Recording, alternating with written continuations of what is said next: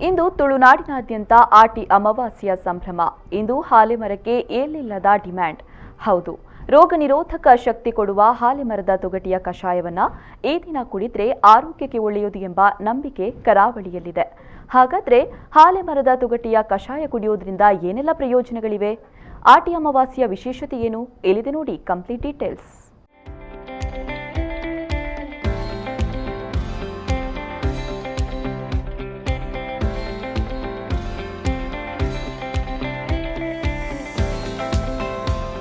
ಪರಶುರಾಮ ಸೃಷ್ಟಿ ನಮ್ಮಿ ತುಳುನಾಡಿನಲ್ಲಿ ಆಟಿ ಅಮಾವಾಸ್ಯೆ ಬಂತೆಂದ್ರೆ ಅದೇನು ಸಂಭ್ರಮ. ಈ ದಿನ ಹಾಲೆಮರದ ತೊಗಟೆಯ ಕಷಾಯವನ್ನ ಕುಡಿದ್ರೆ ಆರೋಗ್ಯಕ್ಕೆ ಒಳ್ಳೆಯದು ಎಂಬ ನಂಬಿಕೆ ತುಳುವರಲ್ಲಿದೆ.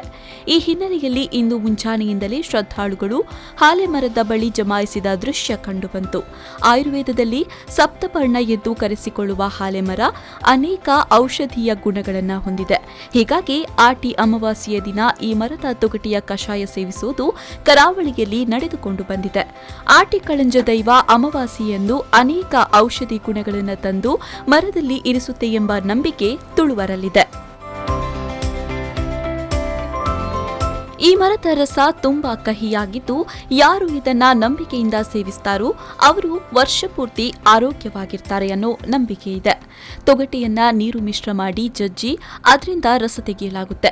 ಕೆಲವರು ಈ ರಸವನ್ನ ಹೀಗೆ ಕುಡಿದ್ರೆ, ಇನ್ನು ಕೆಲವರು ಹಾಲೆ ರಸಕ್ಕೆ ಜೀರಿಗೆ, ಬೆಳ್ಳುಳ್ಳಿ, ಅರಿಶಿನ ಮಿಶ್ರ ಮಾಡಿ ಕುಡಿತಾರೆ. ಹಾಲೆ ರಸಕ್ಕೆ ವ್ಯಾಧಿಕ್ಷಮತ್ವ ಹೆಚ್ಚಿಸುವ ಗುಣ, ವೈರಾಣು ನಿರೋಧಕ, ಕ್ಯಾನ್ಸರ್ ಗಡ್ಡೆ ಗಾತ್ರ ಕಡಿಮೆ ಮಾಡುವ ಗುಣ, ಅತಿಸಾರ ನಿರೋಧಕ, ಜ್ವರತಾಪ ಕಡಿಮೆ ಮಾಡುವ ಗುಣ ಸಹಿತ ಅನೇಕ ಪ್ರಯೋಜನಗಳಿವೆ ಎಂಬುದು ವೈಜ್ಞಾನಿಕವಾಗಿಯೂ ದೃಢಪಟ್ಟಿದೆ. ಇಷ್ಟೇ ಅಲ್ಲದೆ ಔಷಧೀಯ ಗುಣವುಳ್ಳ ಆಟಿ ಕಷಾಯವನ್ನ ಸೇವಿಸಿ ಮೆಂತೆಗಂಜಿ ಸವಿಯುವ ಪದ್ಧತಿ ಕೂಡ ತುಳುನಾಡಿನಲ್ಲಿ ಹಿಂದಿನ ಕಾಲದಿಂದಲೂ ಸಾಂಪ್ರದಾಯಿಕವಾಗಿ ನಡೆದುಕೊಂಡು ಬಂದಿದೆ.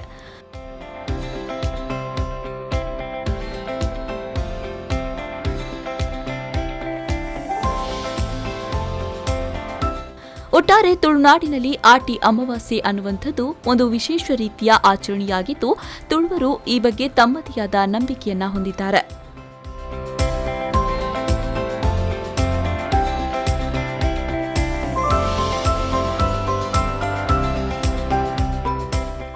ಶರತ್ ಸಾಲ್ಯಾನ್, V4 News 24/7 ಮಂಗಳೂರು.